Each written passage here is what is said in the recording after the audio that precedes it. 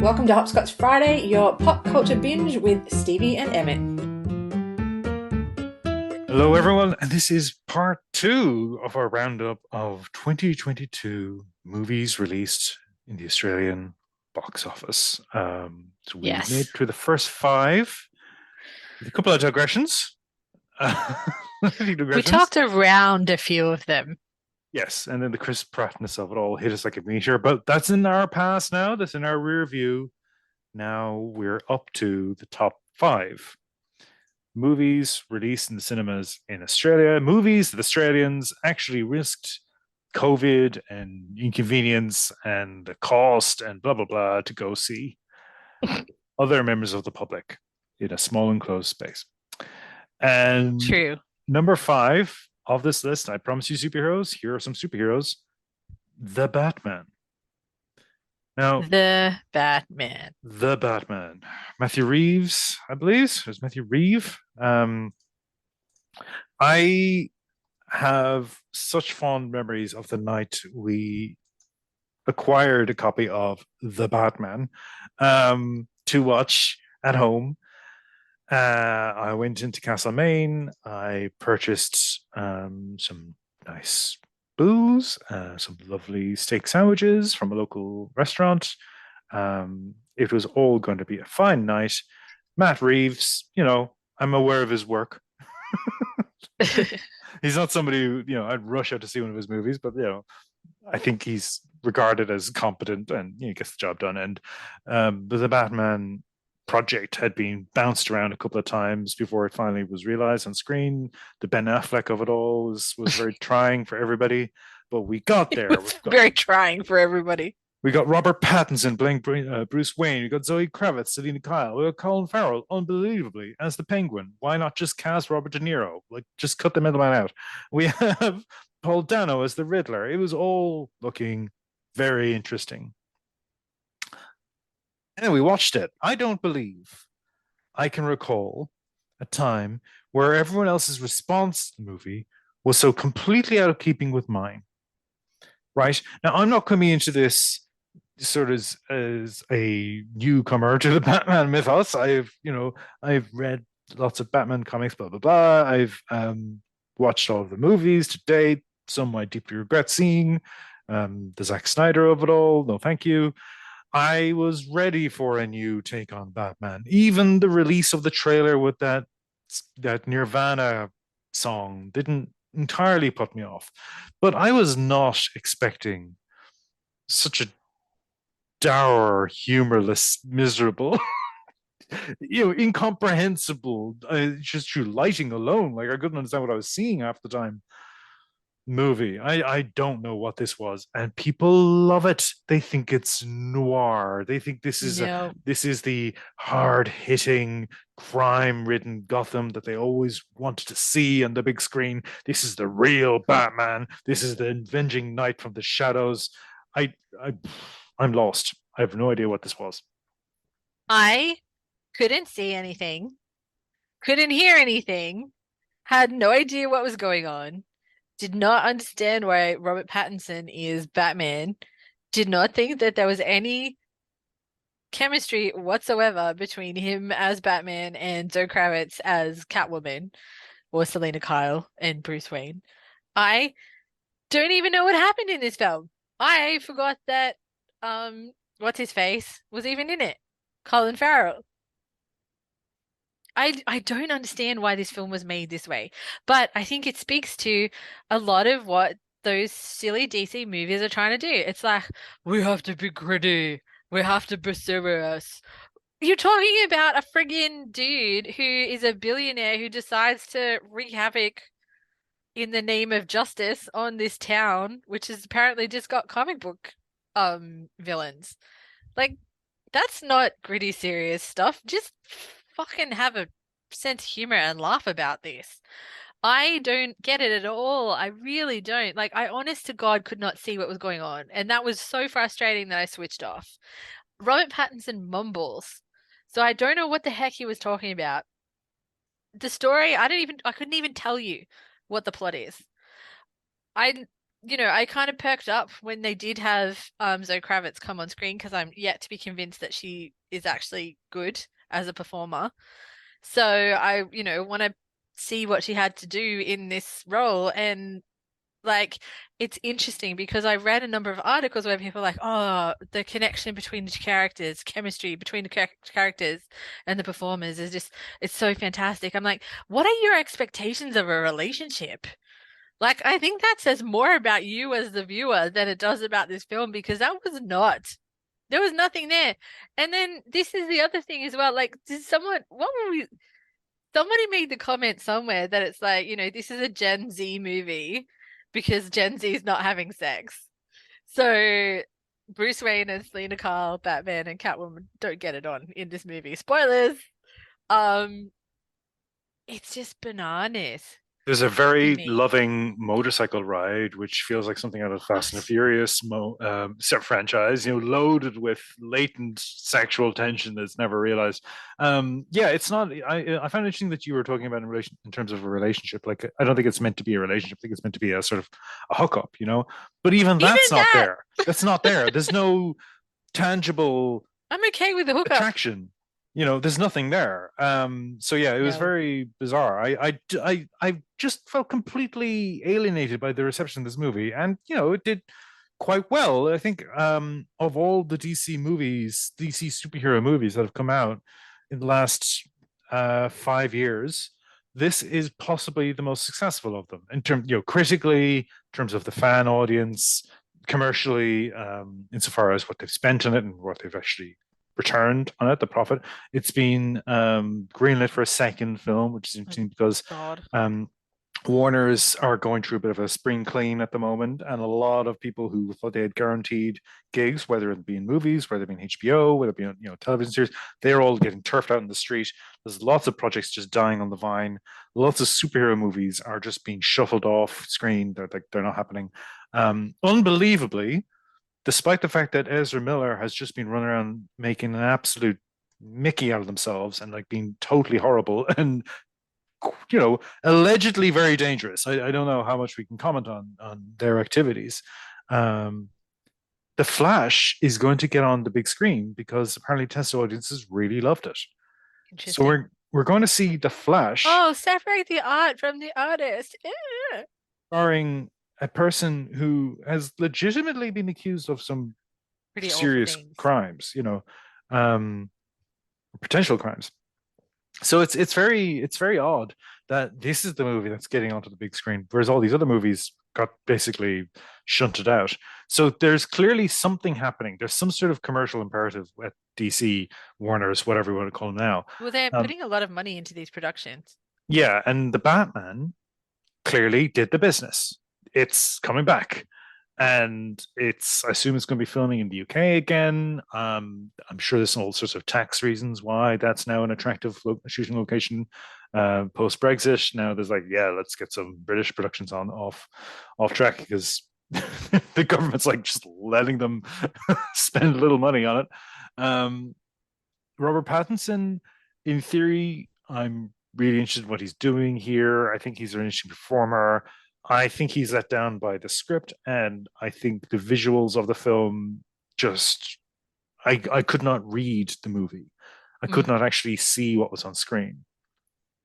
The Batman and the Joker are two movies franchises now, which seem to be fixated on these psychological readings of these characters who are, as you pointed out, ridiculous and absurd. And we should just Keep have them movies that where these way. characters are ridiculous and absurd. And there's nothing wrong with that. I feel, Yeah. yeah, I don't like that. Look, as a concept, I think I remember pecking up at a couple of times where Robert Pattinson, I'm like really genuinely trying to understand what was going on. And before I actually gave up on the whole thing, I feel like the dialogue was really not like anybody speaks at all, and not even like good movie dialogue. It was very bad. And I think that didn't help me. The writing was not great. Again, though, you're also throwing too many characters at this thing. Like you have multiple bad guys, and what did I call him? The question mark. No, I called him something stupid because I couldn't think of the Riddler. Is the Riddler the one I couldn't think of, was it? Yeah, you Uh, you were calling him something else. Yeah. just like what? Um, the idea of that they had with him here is interesting one, Yeah, it's really but good. they absolutely tripped and fell and screwed the pooch on where it went towards the end, and it was just it could have been something quite contemporary.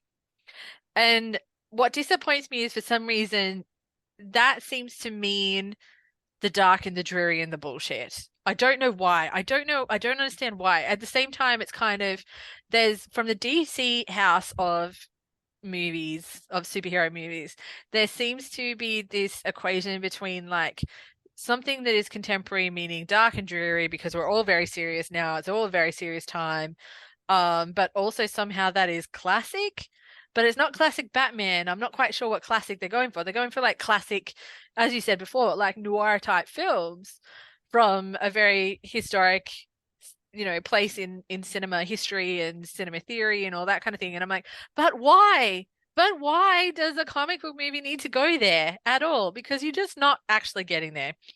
Well, the But also Joker just ripped off Scorsese, like completely completely. ripped off Scorsese. This is ripping off like some mixture of, I don't know. He's thrown out titles like Clute, movies like Clute, and they're sort of paranoid conspiracy thrillers in the 70s. This is not a paranoid thriller. It's not. There's no It's trying paranoia. to be Hitchcockian, Yeah, and and it's also the other one I throw not. in is Michael Mann. There's a sort of an attempt Yes. at a clean cityscape line. There's this idea of like this overheated city, which you get in things like Heat. You even get to some degree in Manhunter. But like it's, you're just doing a pastiche of another filmmaker. Just do your film. What is your vision? Yes, just do your film.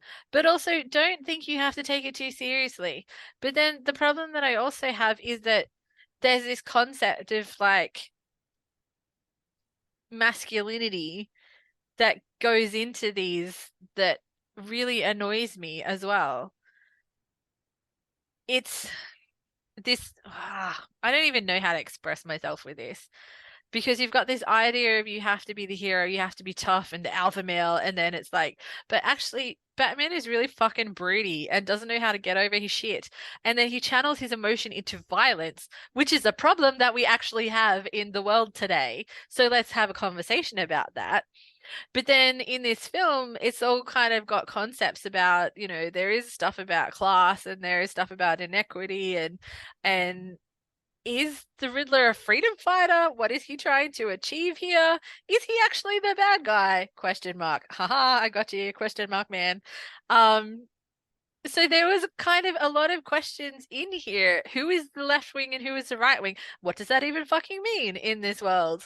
So it could have been good, but it was just, I think it was brought down by this want to emulate a technique that is considered high art using comic book as your kind of, but like this is a problem as well. Is it a comic book movie because that is considered low art? And I'm not saying that there should be high art and low art and what art actually means. You can enjoy both equally. You can hate both equally. You can fall somewhere in between. I'm not saying any is better than the other. But I think if you're trying to mix the two and then also make a social statement and also be contemporary and also be this, that, and the other, it's like too many fucking elements.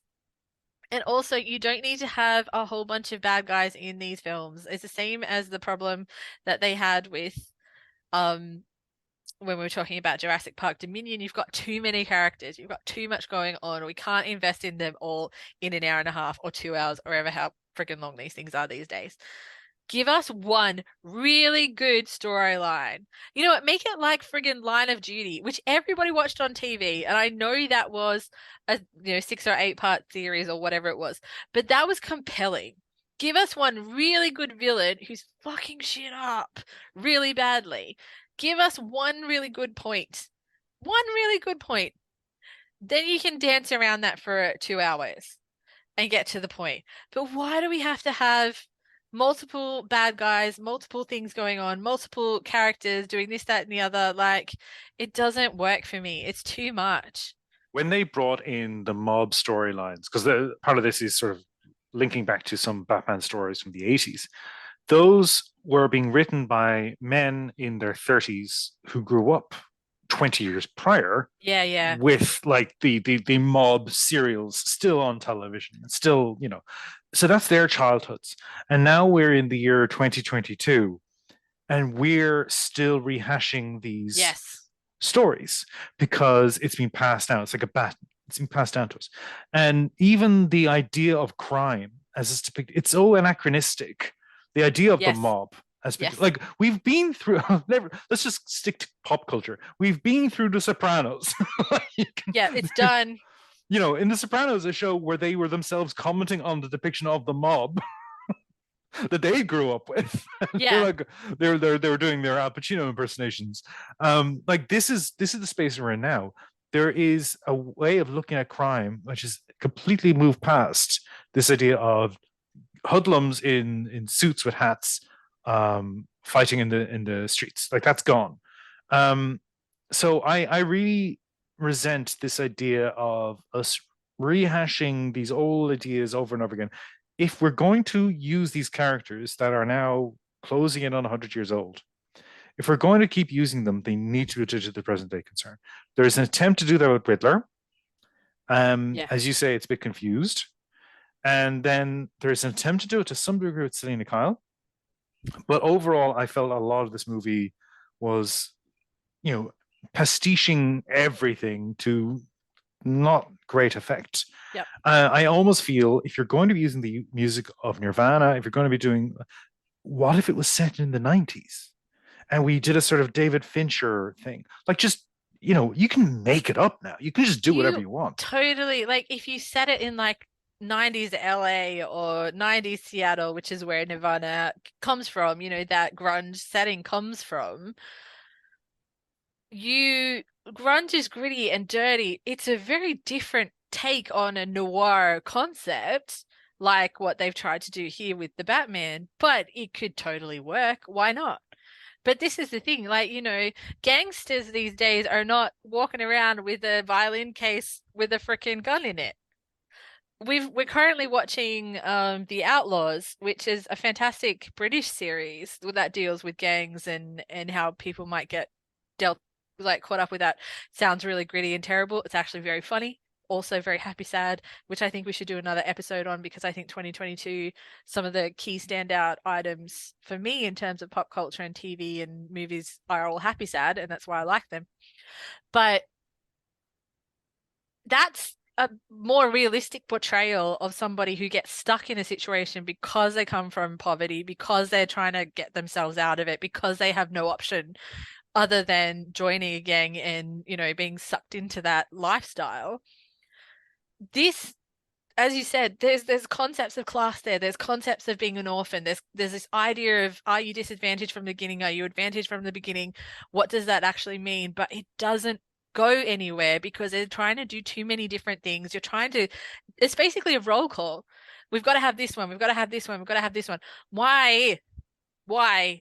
Also, the idea of using web forums and going online and that space, that is where Batman should be. If he's a billionaire he's bought Twitter, like, come on, it's literally laid out in front of you. It's literally there. You can call from reality and talk about what these tech billionaires are trying to do with society and how they all think that they know best.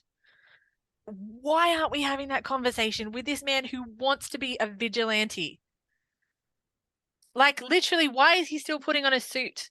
Why isn't it an avatar? I'm coming up with ideas. Let's write them down. We've got a pitch session somewhere coming up. And I'm sure other people have come up with this before me, but like, you're exactly right.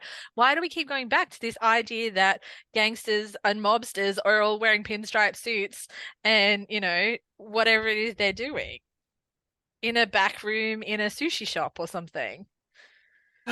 And I feel we should at this point also acknowledge the passing of Kevin Conroy. He died on the November 10th last year.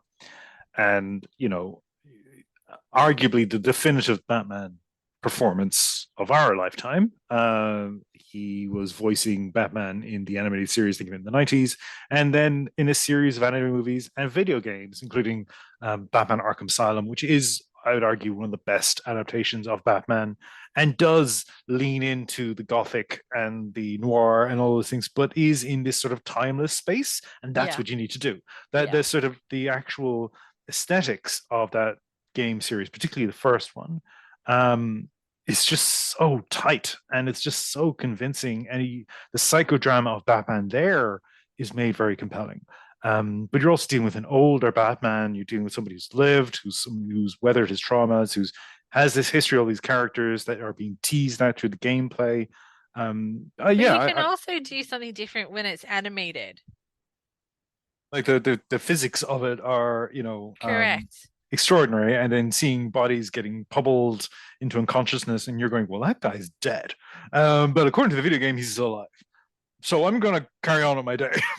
Keep going. It's Famously, the Batman games, the physical extent of the injuries is not survivable. But the moral agent that is Batman, he never takes a life. So apparently they're not dead. But yeah, no, if you're looking for a sense of who Batman is and that sort of character and the ethos, so much of that is conveyed by Kevin Conroy's vocal performance. The sense of experience, the sense of somebody who's quite troubled, but cares for people, like actually cares for others, and he is a mentor for the younger people in Batman's life. Kevin Conroy, just he did an amazing job. So just wanted to give him a last shout out because I don't think we talked about him much over the course of the year, but he was somebody who's always been present as where Batman's concerned. He even did a great little cameo in the Venture Brothers, taking the piss out of his sort of superhero persona. But we'll leave that for another conversation. Maybe someday I will get to talk about my love of the Venture Brothers. I think you should just record your own 12-hour episode about the Venture Brothers. Absolutely. But yes, so we have gone through one superhero movie. We have another superhero movie. We are now crossing the aisle from DC to Marvel. Marvel released a couple of movies this year, and a couple of projects, mostly through streaming, to not entirely successful effect. But one of their big releases, and it was, I think people thought it was going to be this major hit. It did make quite a lot of money. It did okay. But I think they still thought it would make more, which is interesting. Again, just the expectations of these movies. Is Doctor Strange in the Multiverse of Madness. Now, this was sold on 2 counts. It is a sequel to Benedict Cumberbatch's Doctor Strange. Doctor Strange as a character has become more and more involved in the Marvel movies through his appearances in other movies, such as the Avengers movies. Mm-hmm. And his performance as Strange is sort of like, what if Tony Stark had magical powers? Like he's playing another arrogant prick who's now assumed that role in the franchise because Tony Stark is dead. Spoilers for the Avengers movies. Strange is now that character. He's now the sort of arrogant, would-be far-sighted character whose actions continually make things worse. Like he seems to always be somehow peripheral to major disasters, but then he'll, pull the fat out of the fire at the last possible minute. So we were seeing, okay, let's actually get to explore this character more in the Multiverse of Madness, where we're going to meet other versions of Strange across the multiverse. This was going to be served up to us by Sam Raimi, who's been in the wilderness for a while and has a lot of affection from people who grew up watching video nasties like the Evil Dead movies. He then transferred into a sort of conventional movie career when he was directing Kevin Costner baseball movie, and then he made the Spider-Man films, which people still regard as the lodestone of the entire phenomenon of superhero movies. I argue it's Blade. Anyway, Sam Raimi's associated with these, cultural peaks, the video nasty era and the superhero era. And yet he's been in the wilderness. Where did he go? What happened to him? Why hasn't he been making more movies? So they brought him back for this. Marvel brought him back for this. And by all accounts, the experience wasn't an entirely smooth one for him as a director. I think he was another filmmaker brought into the Disney franchise machinery who sort of was contained by it, maybe frustrated by it. And what resulted is a movie which is part very conventional, very clearly the Disney Marvel formula. And then there are sheer moments of, fittingly enough, madness. There are moments in this movie which border on incomprehensible, but there's a fascinating weirdness going on here too. So while I wouldn't overall like rate this as a great movie. There were occasional moments here where I was like, how did he get that on screen? Like, how did they let him do that? And at times, because of the conventional aspect of it too, some of the weirdness gets dulled almost instantly. There is a sequence where the antagonist of the film goes on a killing spree, and at a certain point, it just becomes wearying. Like it's like, oh, okay, this weird mix of horror and superheroics, brightly colored, well lit superheroics. None of that Matt Reeves, noir nonsense here. I was baffled by this movie. It's a strange one. I think also what you were trying to say is that yes, we have to come at it from the perspective of Doctor Strange and where he's come from and his line, but then you also have to have seen WandaVision, which was the TV spin-off for Wanda Maximoff, who is the Scarlet Witch, because that has a significant amount to play with what is going on in the plot of this film. So if you haven't watched that, then you might want to go back and do that before you head on over to Doctor Strange and the Multiverse of Madness, because otherwise motivations don't make sense. And it brings a whole bunch of threads together, which I think makes it feel like it's not quite a real film. Like I feel like some of the other Marvel ones, when it's the character, it's very much in their world and off they go and you're over there. And we'll talk about another one very shortly where that very much is the case. It's like their little pocket of the Lego set, if you like. Whereas Doctor Strange started that way and then, as you say, has been co-opted into all the rest of the Avengers movies. So we've kind of the character has grown through interface with the other characters as opposed to having their own kind of linear line. Don't want to talk about linear timelines because it's the multiverse, it's all circles and squishes and what have you. But yeah, this is a really strange film in terms of not only the threads that are coming together here, but also in terms of the tone and, as you said, like what gets on screen.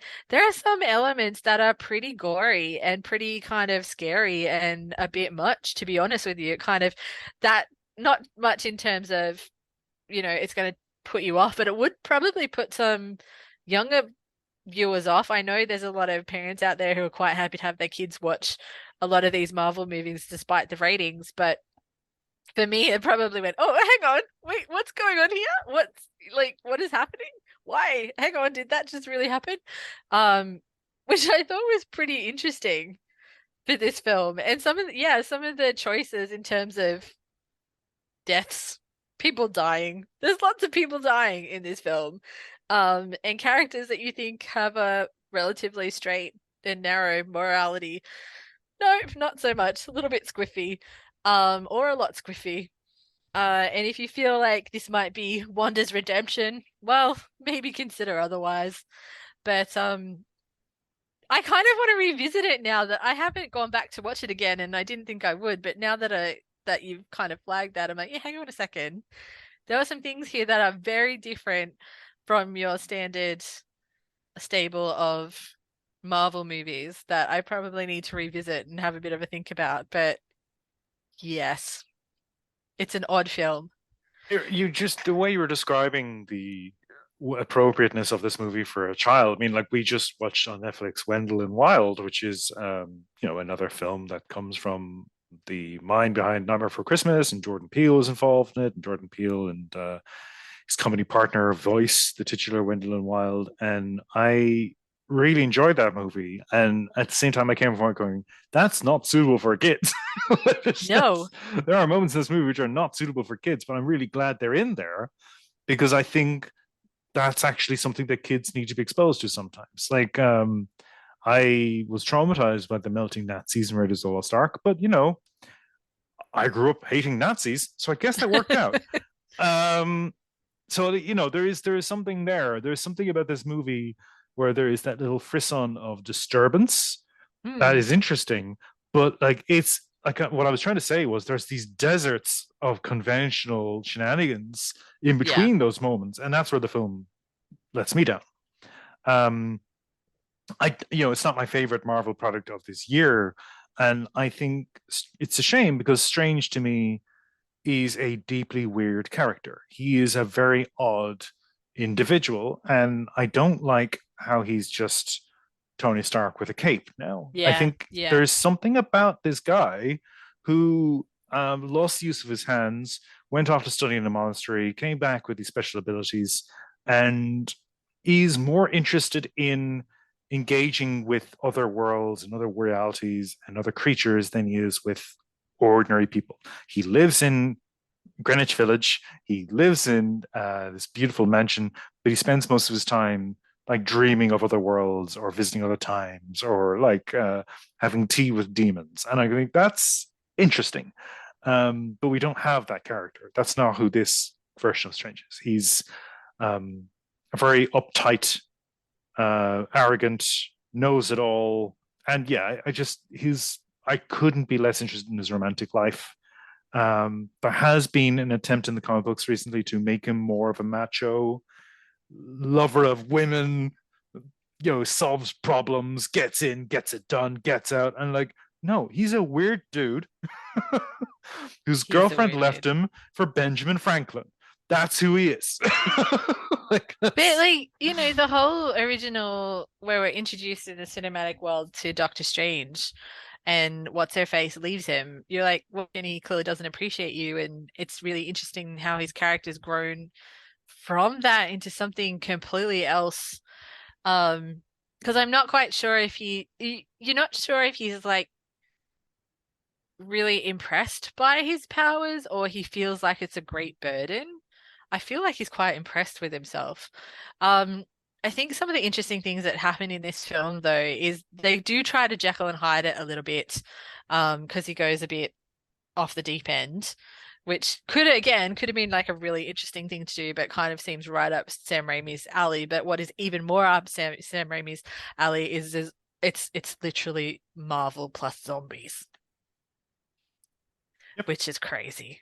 yep. The So, zombie bits, I'm like, what is this actually happening? Yes, it is. Just yeah, go to. yeah. Let's just have zombie cape was when I was like, this is amazing.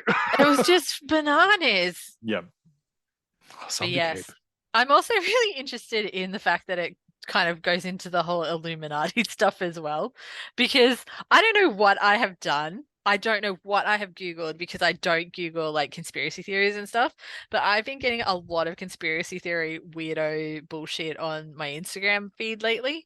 It's one of my, not my primary account, but one of my other accounts that I did for taking photos and stuff. Um, and there's some seriously banana shit going on in some people's minds. And like they draw circles on photos and go, oh, lizard people. So, like, the fact that this was brought up in this silly film actually just made me laugh. And the way they deal with that situation is like, okay, not extreme at all. Let's go. Jim from The Office got turned into melted mozzarella. Yeah, no, a rare pleasure in this movie. I think something else that I didn't really like in this as well is what's her face? What's her name? Captain America's lady friend. Yeah, she's in there. Yeah, Yeah, but why? I don't. yeah, I feel like they've done her a massive. What's her name? Carter. What's her yeah. first name? Agent Carter, It's name not Agent. What's her name? Captain Carter. I don't know what's her name. Haley Atwell is the actress. Yeah, that's her. Is that what you're trying to get to? Okay, sorry. Yeah, I no, thought you were trying her. to get Peggy Carter's first name. Carter. That's Peggy what it Carter. was. Okay, Peggy yeah. Carter. I don't. I feel like they've done her character a massive disservice. Like, I feel like she could have been way interesting. This is like across the board, not specific. Excuse me, to this film. It's not specific to this film. I think that Like she's gone from being Captain America's girlfriend in the past to being. Did I miss where she became like super or special or amazing or I don't know what she does? Okay, so there was a animated series called What If, where I we didn't saw. watch that. Okay, I'm telling you now. So it's called What If, where we saw different timelines where history went a different way, and other characters got certain abilities, or Ah, other characters got to step in, or whatever. In this, one of the realities, Peggy Carter is the one who is injected with the serum that turns her into the super soldier. So she right. becomes Captain Carter. And in this multiverse of madness, multiverse, whatever it's called, Yeah. we see her, a version of her. I don't think it's the same reality, but it's her in the same costume and everything. And I do wonder if there was a bit of chatter online when the What If animated series, which is not a good animated series, by the way, not a very interesting show, but I wonder if there was a lot of fan excitement about seeing Peggy Carter as the super soldier. And then Disney were like, hey, Sam, put this character in your movie. And he's like, Jesus, it comes out in 20 days. And like, don't worry about it, Sam. Just get it done. Because apparently, people were approaching Elizabeth Olsen, and they're like, "What was it like acting opposite John Krasinski?" And she said, "I've never met him." And they're saying, "But there's you turn him into Swiss cheese in this movie," and she's like, "No, like they filmed my bits, they filmed his bits. They weren't in the same set." Yeah, yeah. So I do wonder if a bunch of this was like last minute addition. You're doing this today, Sam. Um, because a lot of that sequence felt just fan servicey, even to the point of Patrick Stewart's Professor X coming out to the tune of Yeah. the animated series from the 90s, which is a niche concern. There's people out there listening to this going, "How dare you? It's the greatest thing ever!" Blah blah blah. Guys, there's only dozens of us. Like, Yeah. it's not the cultural mainstay that you think it is. I know we all stayed home and watched it after school, but like, honestly, the majority of people who've seen this movie did not get that reference. I'm willing to put money on that. But this was about creating that online excitement about a product.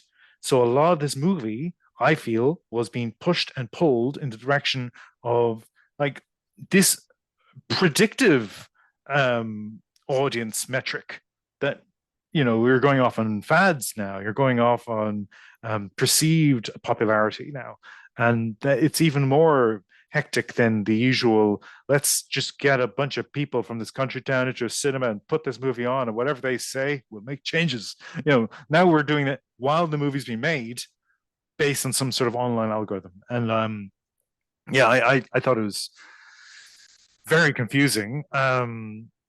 Nothing wrong with the idea of showing these characters in a new light, or showing different versions of these characters, or even introducing, like, John Krasinski's character has not appeared in the movies to date.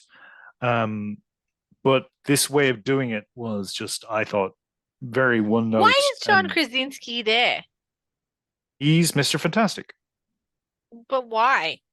because he's Mr. Fantastic in this reality. What do you want? What do you want to know, Stevie? I In want to this, know why they didn't bring back Chris Evans as the Human Torch, is what I'm asking, what do instead you of mean? John Krasinski as Mr. Fantastic, because nobody likes you, John Krasinski. Nobody likes you. Johnny Storm is suddenly bulkier than he used to be. He was a much thinner Chris Evans. So we saw him in the role. Now he's huge. Johnny Storm has been lifting. Yeah, so yeah, it was all a bit. I thought it was a bit of a mess, but I, God bless Sam Raimi, despite being gun Doing for weird hire. shit in the Marvel Yeah, universe. That I have props to that, yeah, honestly. Why good not? on him. Zombies. Yeah, zombie cloak. Anyway, next movie, I guess, is also a It's superhero also a movie. superhero movie. It is really. It is, yeah. Minions: The Rise of Gru. So yeah, the latest entry in this deathless sequence of little yellow men speaking Esperanto, whatever it is they're speaking, Mininese. Minions. And you talk about timeline shenanigans. Now we are Timeline shenanigans. the second film after Minions in terms of like linear time, but this is what, the fifth film? I have literally no idea. I And don't understand the this is Despicable Gru Me. as a child, but Steve Carell's vocal performance is indistinguishable from The Gru as an same. adult. Um, he's met the minions. They're serving him now as a child, and he's trying to get in with a team of supervillains, costume supervillains, with some incredible members, Tarji B. Henson as Bell Bottom, but also John Claude Van Damme as John Claude, Clawed, Dolph Lundgren as Vengeance, Danny Trejo as Stronghold, and Lucy Lawless as Nunchuck. She's a nun. Yeah, this movie promised to be a lot. Like, I mean, the sort of aping of the 70s fashion, it's this sort of curious period of time in the 70s where Gru is a young guy falling in, trying to make the grade with these supervillains, and he, to sort of gain their respect, steals from them, and then the movie becomes a bit of a chase scene then. Yes. Again, flashes of brilliance, but honestly, I don't think I think I've watched the first Despicable Me movie several times now. Once there may have been a child in the room. The excuse I was, don't know that there was let's put this ever on a child in for the room. whatever nephew or niece was visiting at the time. But I've watched it with you a couple of times, and I Oh will keep yeah. going back to it. It's adorable. I don't think they've ever recaptured whatever it is they had in that movie. That mixture of sentimentality and excitement. This makes another stab at it. I think it's better than the Minions movie, at least, which I did not like. But this That's sort very of, serious. yeah, I thought it was a bit overlong at times, and I got a little bit lost as well here. These movies are all too long. Yeah, I think you're right. I think it's not my favorite. So it goes Despicable Me, Despicable Me 2, Despicable Me 3, Despicable Me 4 is apparently coming out in 2024. So there's more to look forward to. Despicable, and then the Minions are prequels. So then there's the Minions and then the Rise of Gru. And this is Gru as an 11-year-old desperate to become part of the Vicious Six because he's a vicious dude. I think you're right. I think my favorite Despicable Me's is the first one and the third one. So the first one, is when he adopts the young girls, which is lovely. And, he's like, oh, I'm a villain, but also I love the kitties. Sweet little kitties. Um, the second one is the one where he finds his girlfriend, which I didn't like very much and did not watch for a really long time, which was very weird because I felt like, when you're like, I've seen that. No, I haven't seen that. So I don't know how I like somehow, I don't know, osmosis it. But anyway, turns out it's not my favorite. And then the third one is where he meets his brother, And which also, is Trey Parker played Balthazar Bratt, and yes. legitimately a very entertaining Trey Parker performance. Somebody who I have, left in my rear view mirror now for many years because it's just the whole South Park just got exhausting to me. But I thought his sort of 80s villain type in that movie was a lot of fun, and I thought he sort of made it worth watching. I think we reviewed it on this podcast, in fact. Quite possibly. But yeah, this Swoop 133 is the one I would rank next. And the rest all are a bit of a minion blur that I now solely associate with annoying people on social media who think they know how to do memes. That's what the minions are to me. They're just fuck annoying. Just really irritating in terms of They their external use. Like as characters, they're adorable and cute. I love them. Out in the world, I hate them so much. I understand what you're saying. Like the minions just seem to be omnipresent, whereas, in a completely different way to how they're presented in the actual films. But this, yeah, look, it's a Minions film. It's a Despicable Me film. It's more of a Minions film, I think. But it's probably, like we said, not the best one, but if you're kicking around with a young person who you want to entertain for a little while, stick on the Minions. Stick on the Minions, watch it. There's still giggles in here, and Yeah. there are some quite fun character actors in here. Julie Andrews pops up. Yes. Um, Julie Michelle Andrews. Yeoh. As you said, Jean-Claude Van Damme, Dolph Lundgren, Danny Trejo, Lucy Michelle Lawless. Yeoh, Danny Trejo, Jean-Claude Van Damme, they're all wasted. Why are they in the movie? Like Well, Lucy it's Lawless is a great performer. Why isn't she in the movie more?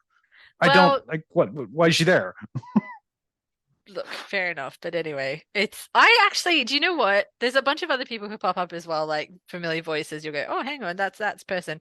So it is a little bit of a roll call of people who clearly have children or have nieces or nephews who love this, who then can go, hey, I was in a Gru movie, a Minions movie.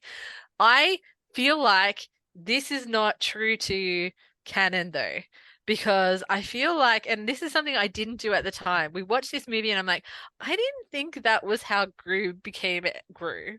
I feel like it's reinvented Gru's backstory. So I need to go back and check that by watching all of the Minions and Gru movies again.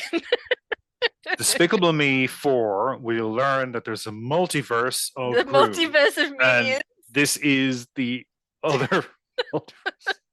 The multiverse of Minions. I love He'll it. he'll have a cape made out of zombies. Yeah, I think the moment I laughed at longest at the terrible adaptation of Philip Reeves' Mortal Engines movie was when they're in that museum. Robert Sheen's in that museum, and one of the few remaining objects of the 20th century that's been consumed by nuclear war is a fucking minion statue.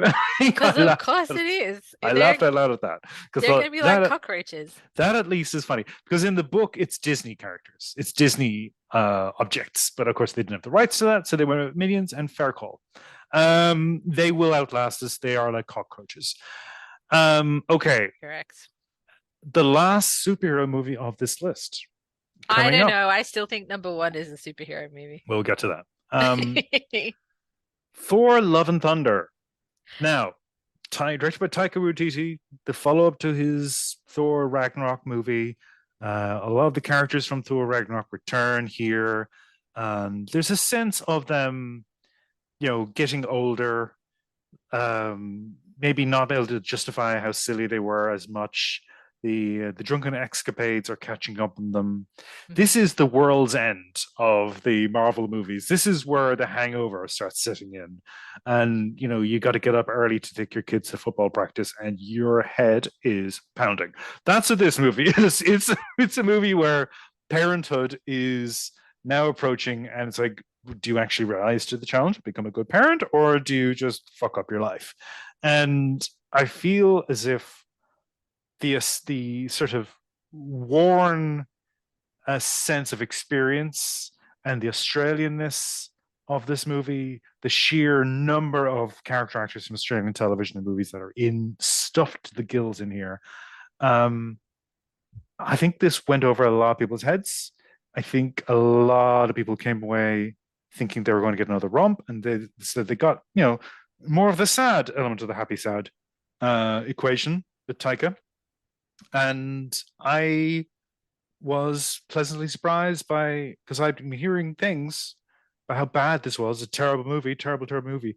I actually liked this one. It's one of the movies on the list of top 10 that I actually liked. No, I like this too. Like, it is not the same as the other Thor, which is called something else. Ragnarok, of course. It is not the same tone. It is not the same story in any way. I think you're right. It's a settling down of Thor, the character, and the characters around them. This movie made me cry. I cried in this film because it's got some really heavy stuff in it, actually. What's her face is back, Natalie Portman as Jane Foster. She then turns into the Mighty Thor, and her whole backstory is that she's got cancer, which is really sad. And then every man and his dog's child is in this film, and the children are, need to help to save the world. And it's kind of when you're a kid and you have this perception that the adults know what's going on, and then you're like, actually, no, they fucking don't. So there's lots of complexity to this film that I think people maybe didn't expect, which is stupid because it's a Taika movie and they're all full of multiple threads and ideas and concepts. Even, I think the difference between this and Ragnarok is that Ragnarok, you can sit there, and I think we said this at the time, you can enjoy it with depth or you can enjoy it as a romp. This, I don't think is a romp. This, I think you have to appreciate the depth in order to appreciate the film. Some of the depth is quite obvious and in front of you, and that's why you need to be able to have that viewing of it, because it can't, I don't think it exists on those dual planes. I think this exists very much as I'm telling you a story and you're going to listen to the story. Whereas Ragnarok, like I said, you could see more into it if you wanted to, or you could just go, hey, this is a colorful, crazy madness. Jeff Goldblum is weird. Let's watch this movie. I liked this film quite a lot. And again, it's another one that I probably will need to revisit, but I don't think I have because I cried. I don't want to cry in a movie. Sometimes it's good to cry in a movie. But I thought it was lovely. A lot of people were upset that, this movie starts where Thor is still in the company of the Guardians of the Galaxy, which he was left with them at the end of the Avengers movies.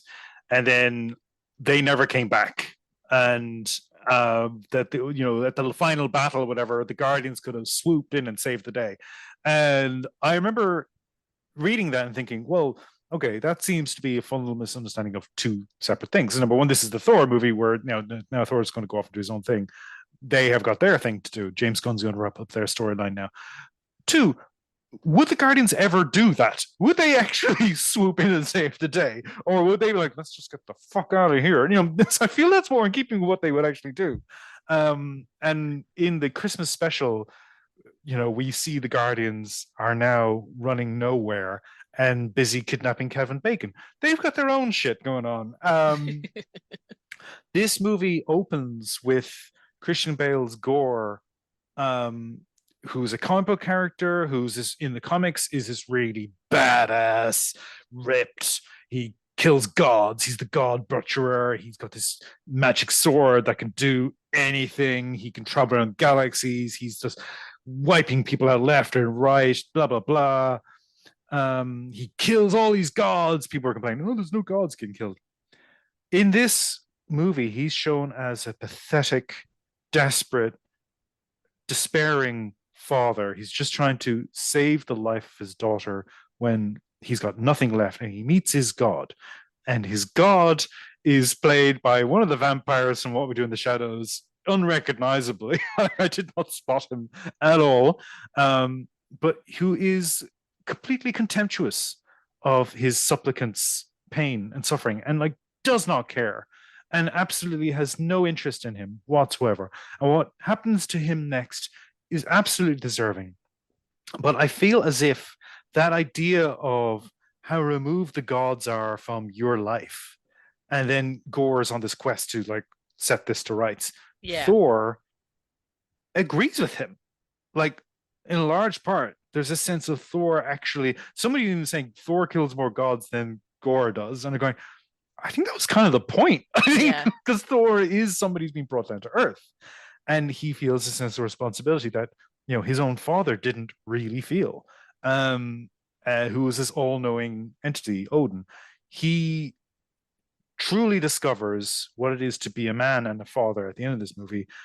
I can take or leave that as a morale, but I think it's in keeping with the story that the movie's trying to tell.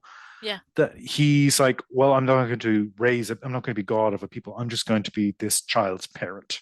That's what I choose to do. And that's a worthy place to leave Thor. There's been some scuttlebutt lately that Hemsworth wasn't happy with this movie, blah, blah, blah. After Hemsworth being so delighted with the previous one, because he finally just break out of his character and be comedic and blah, blah, blah. So I find it interesting that there's now this, because public sentiment is not on the side of Taika anymore. There's a sense of there's a bit of a turning happening. Chris Hemsworth, who put his entire family in this film, who has decided to take time off to spend more time with his family because of some medical diagnosis type thing. The man who's extreme family man didn't like that Thor turned out to be a family man. Really? I don't know. It's scuttlebutt. Who knows? But I think the depiction of the characters, the arrogance of the gods, Gore having a case. A lot of villains usually have a good case. The sequence where Gore turns into the child catcher from Chitty Chitty Bang Bang lives rent free in my brain Christian Bale did the job. He did what he was asked to do. He's a troublesome character in his own right, but like if you give him a part to play, he'll play the part. Oh, Christian Bale is a performer. Like Yeah. he's worthy. But what we're dancing around and what we really need to explore, I think, in this run through of the top 10 movies released in Australia, what was Russell Crowe doing as Zeus? And people so alarmed by his performance and his little skip down the steps holding his skirt.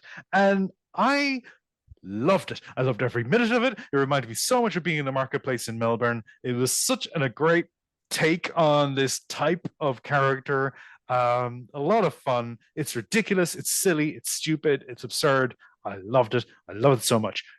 We are on the opposite extreme from the grim and gritty. Now we're at the silly and wild, the Wendell and wild of silliness. That's what this is. And Zeus as a Greek street greengrocer, amazing impersonation, amazing performance.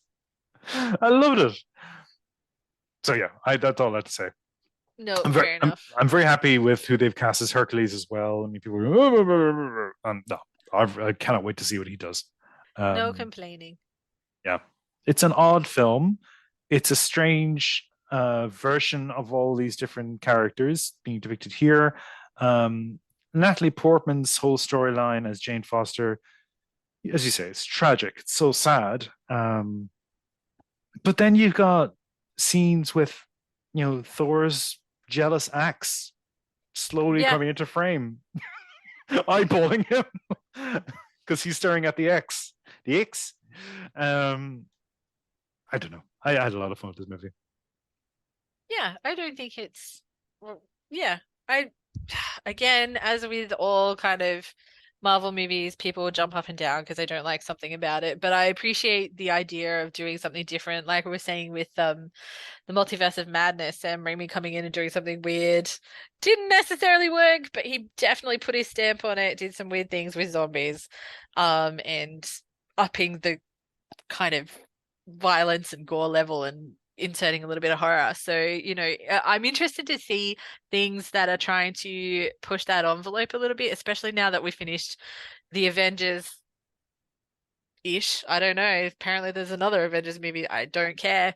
That cycle has kind of completed itself, and I feel like there's an opportunity now for people to go off and do something a little bit different, but retain that IP, and that'll guarantee your studio gets money. So here, have some, off you go. But there's clearly a line there that they still need to make sure that the characters are somehow true to themselves. And I didn't see the characters here as being untrue to what we've come up with so far. I think Ragnarok was a bit more left field, but I feel that even prior to that, Thor had a comedic streak in that he's not of this world. So his perception of things is not going to be informed by the same history and experience. So, he would say a line and it'd be like, well, no, that's not quite right. But it'd be kind of more sincere because he didn't know, versus the Taika Thor who's just a goofball for being, because he's a goofball. So the character has evolved. Also, I feel like the first Thor movie is boring. It is one of my least favorite of the Marvel films that I've seen, which is most of them, if not quite all of them. I haven't seen them all. So we've come a very long way with the character of Thor. I'm very glad that Taika has got to play with these characters. I think he's done a really good job of giving them more depth and rounding them out. I know I've said the word depth about 45 times. Please keep drinking when you hear the word depth. I like this film. I really liked Ragnarok, so this one is probably not quite second to that one, maybe. It did something different, and like I said, I got an emotional response from me. So what is a film supposed to do if not elicit some sort of emotional response? The end. Very good. We are at the finish line. We are at the #1 box office draw for Australians in 2022. And perhaps unsurprisingly to anybody, it's Top Gun Maverick. What will it take to stop Tom Cruise? What do we need to stop him? Someone stop him. Nope. Nope. Nope. Don't stop him. Let him make more silly movies where he jumps off planes and falls in Going to holes and does die. stuff. He's going to get someone killed and he's Look, going to die. I think statistically speaking, you're probably correct. Like it can't just keep going right for him. Although he does have enough money to make sure that if anything happens, he'll come back as the Bionic Man, stronger, faster, better, can do it all. This movie, so many people were looking forward to this film. So many people. And I follow some on Instagram again, some people who are renovating their home because we know what that feels like, or specifically renovating or restoring, more to the point, an old house or a house that has like some sort of historic significance, which is again what we're doing slowly and expensively. Anyway, that's a whole other podcast about how we decided to buy an old house in COVID, and maybe that wasn't the best decision of our lives. Otherwise, moving on. And one of these guys used to be a fighter pilot, and like his response to this film was palpable. He was so excited, and I was like, okay, it's Tom Cruise doing crazy Tom Cruise things. This guy is like, the flying is amazing, genuinely speaking, because I've done it before, and oh my God.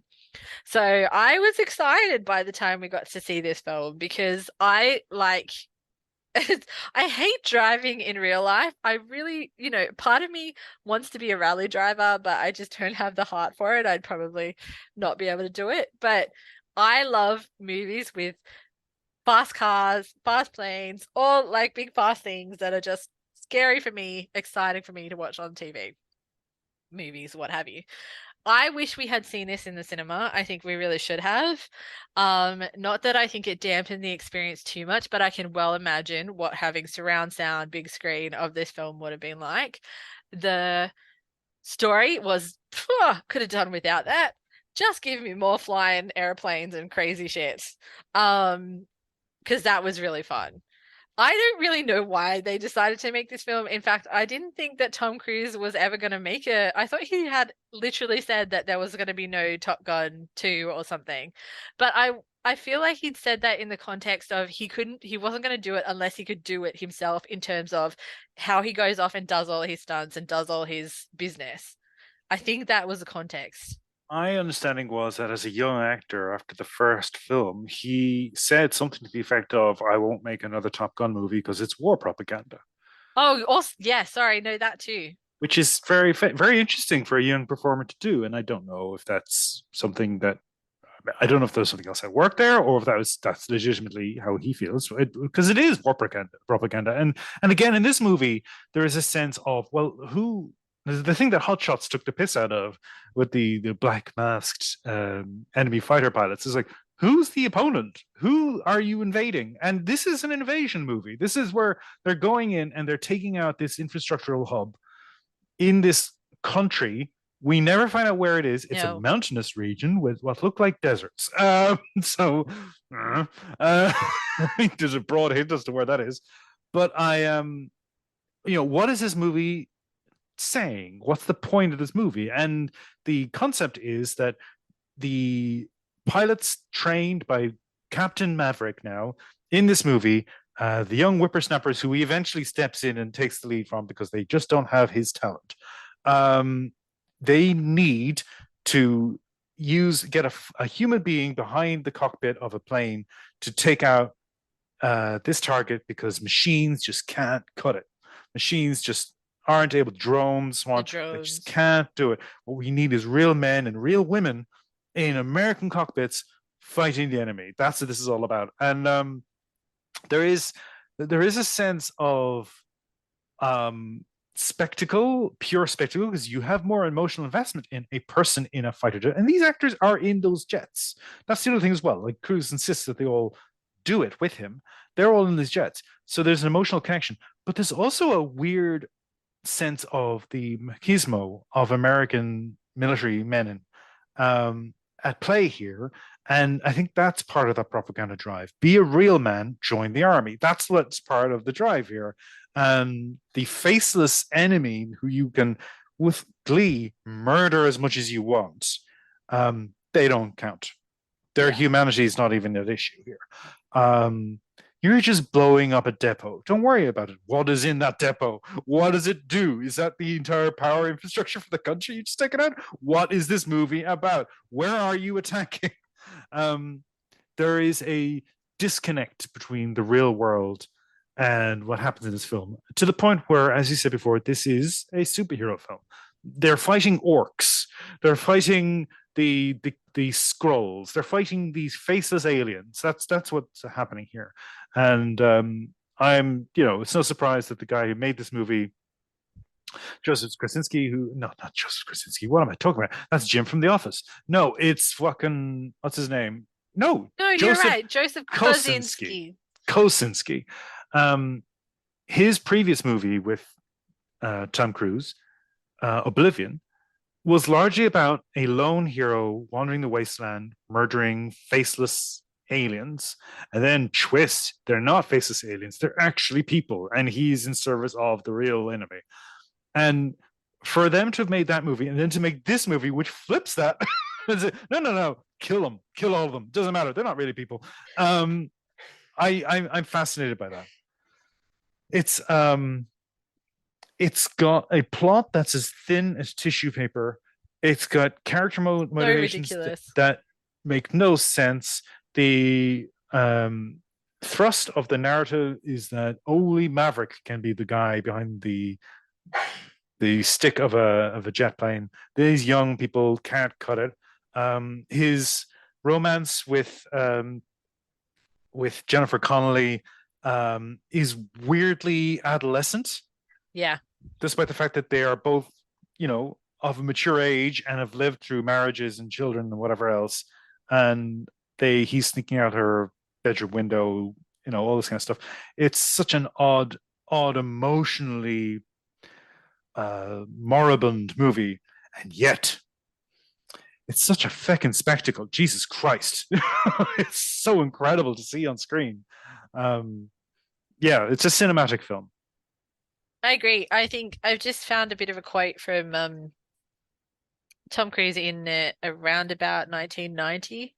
Interesting for Playboy. I'm not reading it on Playboy, but apparently it was for Playboy. Some people felt that Top Gun was a right-wing film to promote the Navy, and a lot of kids loved it.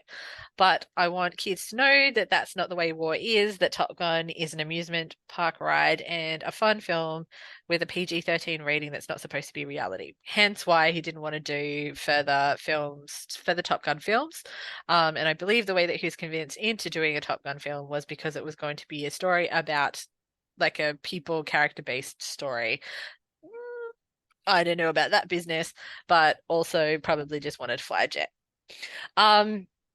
Yes, as you say, the story is bizarre in terms of there's this whole situation with Iceman's son, who is played by Miles Teller, who has joined the Navy and... Not Iceman, Goose. No, yeah, Goose. Shit. Yeah. You're correct. Goose's son. And of course, because of the events of the original Top Gun, Maverick now has issues with that having happened and previously kind of tried to not have that happen by giving a bad reference or talking him. What did he do? Anyway, something. Said, don't take this kid in.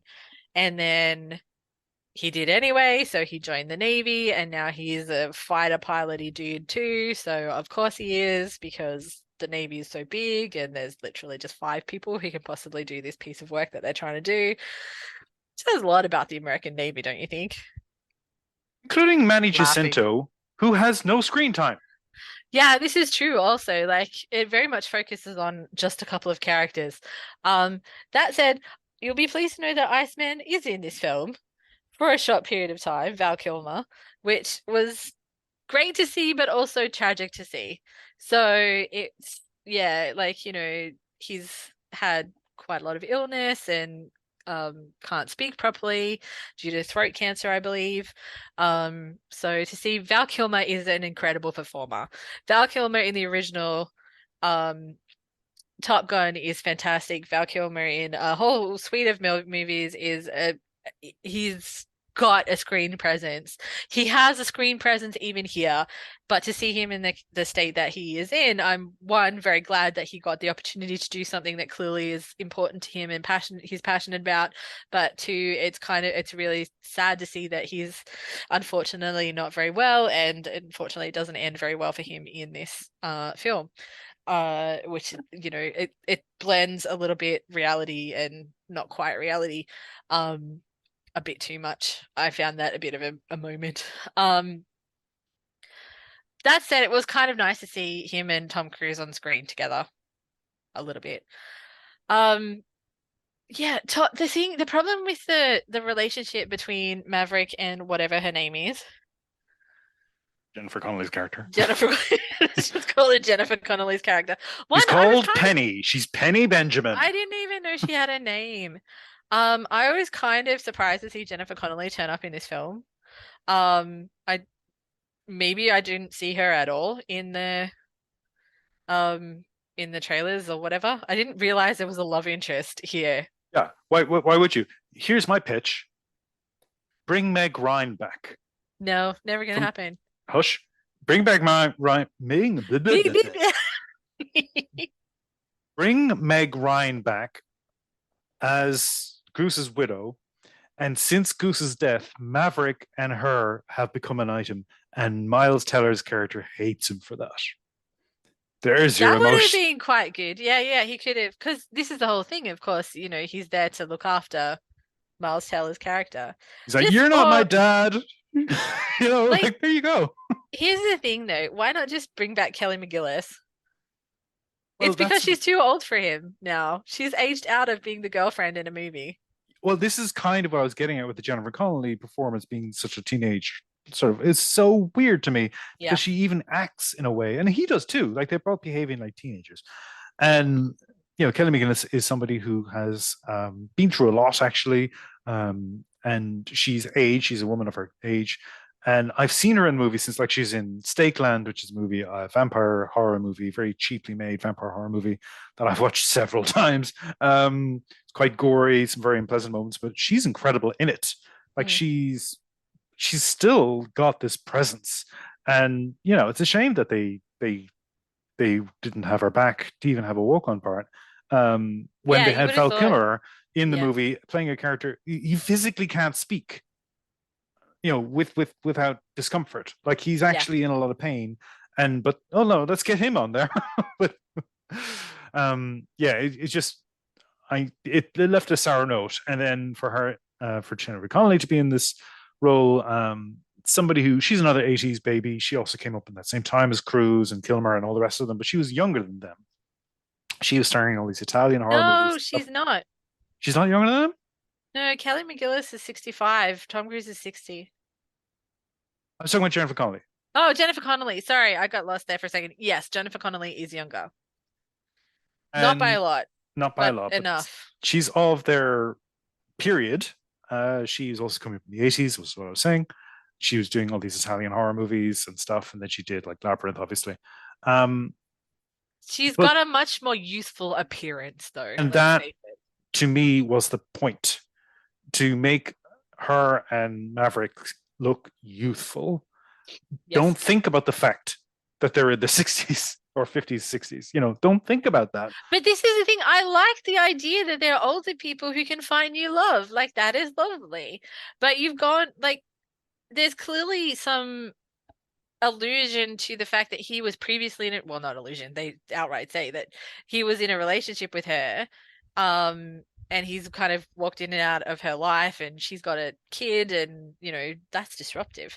But I feel like there was like some pre-reading that was required to understand that little piece. Like, it would have been better if maybe she was all new, or, as you say, you know, bring back Meg Ryan or bring back Kelly McGillis or somebody who, if you want that to be a smaller thread, a B plot that is kind of assumed knowledge. Bring back a character that we've already had in the original that, you know, people might like to see here, as opposed to pretending like we know who Jennifer Connelly is. I genuinely thought I'd missed a character. I'm like, I don't understand what is happening here. But also, I think you're right. I think she brings youth to him, because we need to remember that Tom Cruise is in his 60s now, which, like, good for him. He looks pretty good and he's doing crazy shit. So continue with doing that into your middle and later age. But that was strange, and it was very useful in a way that I feel like the original Top Gun was kind of that way. His relationship with Kelly McGillis was very kind of passionate, and this was not. This was childish. Not that I'm saying you needed to reignite this passion, because there was a whole other situation of stuff going on, and like the original Top Gun is just like a sex movie, honest. The whole thing is a sex movie, mostly about men. But, you know, let's not talk about that. Tarantino has his theory on this, yes. Oh, no, it's 100% correct. Actually, Google that. If you Google Quentin Tarantino and Top Gun and he walks you through it, it's pretty funny. Look, I think Tom Cruise did nothing here, which is what I expected. I thought Val Kilmer made me cry. Miles Teller, like him or hate him as an individual, there's some issues with him, but he performs. I actually find him to be a good performer. Ever since I saw him in that drumming movie, I'm like, holy shit, this kid's got something. This kid's got something going on. Do you know what I found really strange in this, though? John Hamm. I'm like, no, you can't play that character. I can't take John Hamm seriously. And seeing him play an admiral, vice admiral, no, that's not working for me. So this is not a funny movie, although I think it's trying to be not too serious. It's not a comedy, and John Hamm just doesn't fit there. So I found that a little bit jarring. I find it strange, as you said, that the whole point of this is nobody dies. Well, does anybody die? No. No, nobody gets like killed. No, there's a close to, but it doesn't. Yeah. Nobody gets killed by the machine, the rockets, the missiles, the planes and stuff. Nobody gets killed by the war propaganda items, is what I'm trying to say. Very pointedly. That's very on purpose, you can tell. We don't mention where they're going because it's a secret mission. It kind of looks like a desert, as you said. So we're, thinking Middle East, North Africa, somewhere there. But it's not explicit. It is never said. There are very few people, any people involved in this from the other side are all masked up and covered over. So you cannot even assume any sort of ethnicity. What they're trying to do, as you said before, is get a contraption, something, whatever it is, in the middle of a valley and destroy it. No people involved. There's no people there. It's unarmed. It's unmanned. Sorry, it is armed. It's some sort of armed thing. It is unmanned. That actually it reminds me of those old school computer games that you used to play where you're in it's boxy it's big boxes, but you've got to pretend like you're in some sort of fighter jet, and it's boxy and there's nothing around you except lines that tell you that you're in a valley. There's no detail, there's no grass, it's not real at all. It's just some weird old school game that you're playing, and you've just got to go to this thing and you got to shoot stuff and you drive out of it. And it's like that first attempt at like this idea of 3D on a screen. Do you know what I'm talking about? Yep. Like, I don't even know if it's Starfighter or maybe that's Star Fox. Was Star Fox one of them as well? No, I don't know. Maybe I can see it in my head, but I don't know if I'm explaining it very well. But it's like vectors and stuff. Yeah, three-dimensional geometric shapes, and you're correct, trying to exactly, just shapes. It reminded me of that to a degree. Because I'm like, this is not real, because you haven't actually given, the stakes are not there. The stakes are not there because we don't understand the threat. Unfortunately, we associate through movies and various other things, we associate threat with particular areas of the world, which is geopolitics and a problem and issues and all the rest of it. Whether it's the Germans, the Russians, the Middle East, there's something there. Physically, it's a valley with a thing in it. So I'm like, where is actually the threat here? So there's multiple lines in this film. There's something that should be a threat that's not a threat that we don't ever actually kind of find out what it is. There's Goose's son, who's having a meltdown because Maverick needs to basically get out of life, and for some reason he's just the only person who can deal with this shit. There's Maverick dealing with the fact that he's been asked to do this, but actually no one respects him, and he's trying to get respect, but also he doesn't want respect. I'm not really sure. Why is he still in the Navy? Who knows?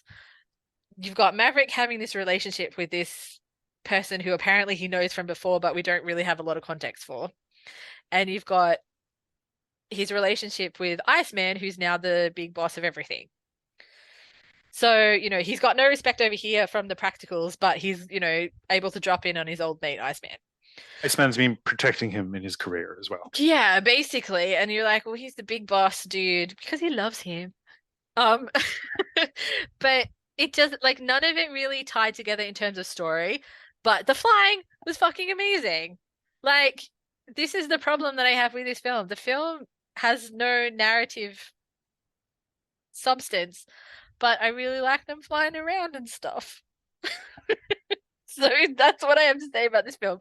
It did really well. People loved it. There was a lot of hype. It's been coming for a long time. It's Tom Cruise flinging him. That's part of it as well.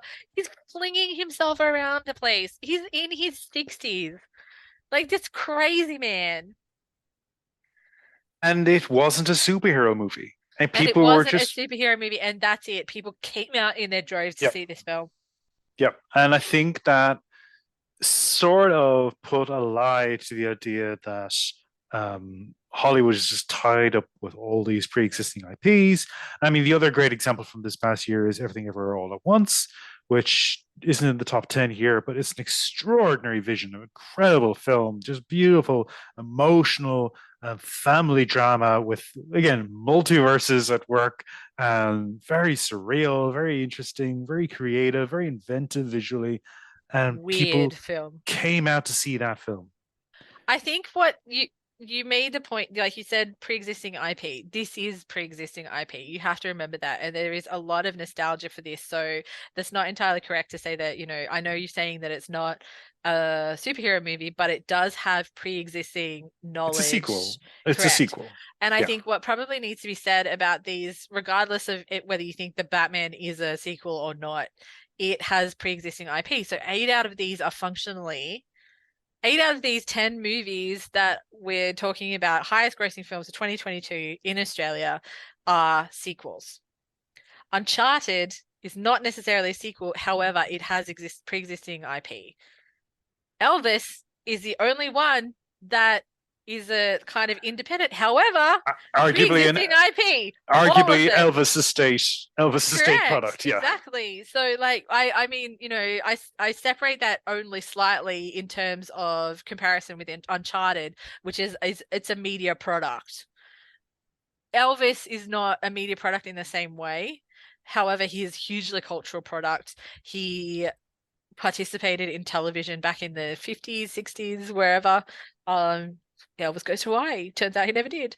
So it's interesting to see that actually there's nothing there would never be anything independently made here, but there's nothing new in this list. So what might actually be interesting is for us to go away and have a bit of a Google about other things and how they did on their release that aren't connected to something else. As you say, absolutely everything, everywhere, always, forever, whatever it's called. Jesus, you massacred that. Everything, everywhere, all at once. Is that it? Oh my God. Yes. Yes. Jesus. Sausage fingers. Sausage fingers. Oh my goodness. What a great movie. Yeah, no, I think that's a fair assessment. They're all sequels. That's incredible. Or adaptations of some kind or another. And that's somehow sort of related to something that people will have knowledge. That's clearly knowledge the of. business model. That's clearly the sense. Now We've cracked it. No, but there's been some chatter in the past week about because a lot of people are ranking on Babylon, the new Damien Chazelle movie. You just talked about Miles Teller and Whiplash. That was his sort of breakout film. And he's made this new film about 1920s Hollywood. It's all about excess and sex and drugs and people's obsession with fame and blah, blah, blah. And apparently Hollywood elephant shit. And no, thank you. It's been absolutely ridiculed. And there's a certain contingent online who've come into its defense saying, well, if you want original filmmaking from Hollywood, you need to go support these kinds of movies because otherwise we're just going to have superhero film. I'm going, everything ever all at once also came out this year. So shut the fuck up. Like, you don't need to carry water for every self-indulgent piece of pretentious nonsense because it's not based on existing IP. That's not how that works. That's not an accurate assessment. So yeah, I think there's two sides to this. I kind of feel as if the movies which do get made, which have no, like the other one was Amsterdam, a movie based on the business plot, fascinating historical event. Yes, let's have a movie about that. And they served up that amateur hour piece of nonsense, which includes a historical account of fascism on the rise in America with everybody just needs to get along. Go fuck yourself. Like, no, thank you. Right. There's more here. If you really want to make original films, you need to actually commit to the emotional stakes and the meaning of that story, particularly of a historical drama. If not, just make superhero movies and stop wasting our time. Just do it. Who cares? Just who cares? I think the other ones that are worth mentioning, in that space are Nope, which you mentioned in the previous episode, which we went to actually the cinema to see and we were going to actually see two films back to back. The other one was going to be Bullet Train, and we haven't actually gone back to watch that. But Nope was such a kind of such a journey on itself that we decided actually we need to go and eat some pizza now and calm down because that was really quite affecting. I'm given to understand The Woman King is very good also, and we haven't seen that yet, but we have it lined up to watch. Yep. So there are films out there that are worthwhile. Even if it's something stupid, and I guess this one's kind of derivative too, like The Lost City with Channing Tatum and Sandra Bullock. You've seen this movie many times before, particularly in the 80s or early 90s. However, it's a romp and it's got Channing Tatum. So go watch that shit. Daniel there Radcliffe are options out playing there. a rare villainous role. He was very good, actually. I liked his character because I like this idea of Nepo villains. I feel like he was like a Nepo villain. He clearly had money and then was like, nah, I'm crazy. So there are films out there that are quite interesting, and some of them have got relatively well-known players in them. So options exist, people. You don't just have to watch sequels. Although clearly, I think, do you know what it is? It's about managing expectations. Taking a chance on something new, we're not very good at, generally speaking, but I wonder if that's kind of ramped up of late as well. If you're going to spend money, if you're going to go out, if you're going to risk COVID, you want it to be worthwhile. And your best bet about that is probably something that you know about or have seen before or are relatively confident with, as opposed to trying something new. But you should try something new. Sometimes disappointment is okay. You don't have to like a film. Is okay. Thanks so much for listening. This was our blast through the films of 2022 that made it to Australian cinemas. There are so many other films out there on various streaming channels, like independent festival screenings, international movies that we sometimes get a sniff of. If you can attend a screening at a festival, I encourage you to do it because you actually get to see some diverse filmmakers that way. Absolutely. But yeah, these are the ones that were popularly released, and we thought it'd be interesting to try and take a dip into what Australians wanted to put their money down and see in the COVID era. This is what you're going to go and to the cinema and see. Turns out a bunch of superhero movies and sequels. We can do better. And this is coming from somebody who loves superhero comics, but I want good ones. That's the question. That's what I want. True. And I think sat through Black Adam, and I don't know why we did that. That was really sad. I wish that was better. But this is also, also to say that, Avatar, the original film, was the highest grossing movie ever, ever, ever. And just before the end of the year, Avatar, The Way of the Water was released. So I don't know if that would now knock one of these off. But again, it is a pre-existing IP and it's a sequel. So also, I don't care about the Avatars. Unfortunately. So it would be another one that I have not seen. Yeah. Well, on that note, as I said before, we will leave you. And as always, thank you for listening. Thank you for listening. This has been Hopscotch Friday. you can find us via hopscotchfriday.com or you can email us at hopfriday@gmail.com. Thanks for listening.